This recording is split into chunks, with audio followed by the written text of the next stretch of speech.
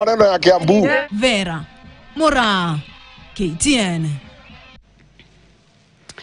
Na operesheni ya kutafuta miili ya watu watatu waliokufa maji baada ya boti kuzama wakati wa mashindano baharini imekamilika hii leo baada ya kupatikana kwa miili yote mitatu. Serikali ya kaunti ya Mombasa ikijitenga na tamasha hilo na kidole cha lawama kunyoshewa waandalizi binafsi. Na kama anavyoarifu Tobias Chanji, ilikuwa hali ya huzuni mno katika mtaa wa Mikindani baada ya habari kwamba mwili wa jamaa wao ulikuwa miongoni mwa miili mitatu iliyoopolewa.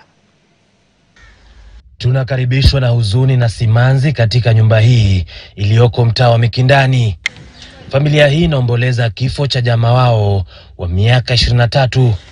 Mwili mmoja kati ya mitatu iliyoopolewa baharini ni wa Stephen Karembo, uliopolewa saa 7:09 usiku wa kuamkia leo.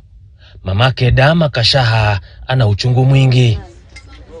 Marehemu ndiye kitinda mimba na mwanaye wa pekee wa kiume. Nimemsomesha. Mimi ni mama mjane, nimemsomesha. Nimengangana mpaka amemaliza.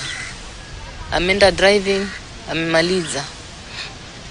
Alikuwa anaenda kompyuta hapo. Hiyo kompyuta ndo hakufanya vizuri, hakuendelea. Yeye alikuwa tu anataka kwenda driving. Na yeye ndo alikuwa ni tegemeo langu. Hata alikuwa na bibi watu maji. Kibarua chochote yeye alikuwa yafanya, chochote, bibi watu maji, kuhamisha watu, mchanga, mawe. Mama Dama ni mjane na sasa analilia haki. Wapate haki yao. Sababu walichukua vijana wako tujulisha. Na tena walichukuliwa ghafla ni kwa sababu hawana kazi. Kando na Karembo, wengine ambao miili yao iliopolewa ni Caleb Otieno mwenye umri wa miaka 21 na uliopolewa mnamo Jumapili saa 9:46, huku ule wa Thomas Wanyonyi mwenye miaka 24 ukiopolewa mapema leo. Kwa mjibu wa gavana wa kaunti ya Mombasa Abdulswamad Sharif Nasir, miili hiyo iliopolewa na kituo cha fukwe ya Old Town, mmoja karibu na eneo la mkasa la Chuda na miwili ikipatikana katika daraja la Nyali. Na baada ya pale mashindano yote yakiweza kufanywa ni lazima county disaster team iwe pale, isiwe ni jambo ambalo kwamba halijulikani, halieleweki na watu tu wameamua kuweza kujifanyia. And we commit ourselves that we will still be doing the MHPSS as part of the continuity to the family. So we have deployed more mental experts within our circle as Kenya Red Cross personnel.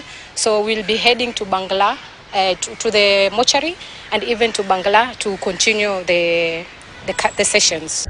Serikali ya kaunti ya Mombasa imejitenga na tamasha hiyo, ikiahidi kufanya uchunguzi wa kina chini ya kitengo cha Coast Guard. Kutakuwa na uchunguzi rasmi kujua ni kipi ambacho kwamba kilisababisha, ni kipi ambacho kwamba kilikuwa kifanyike, hakikufanyika, ni kipi ambacho, yote haya ili pasiwe na tasfahamu ya kwa huyu amesema hivi na huyu amesema hivi. Huku familia zinapozidi kuomboleza, wengi wanazidi kuuliza ni nani anafaa kulaumiwa kutokana na mkasa huo. Tobias Chanji, KTN, kaunti ya Mombasa. Tunasema pole kwa wale ambao wamepoteza wapendwa wao.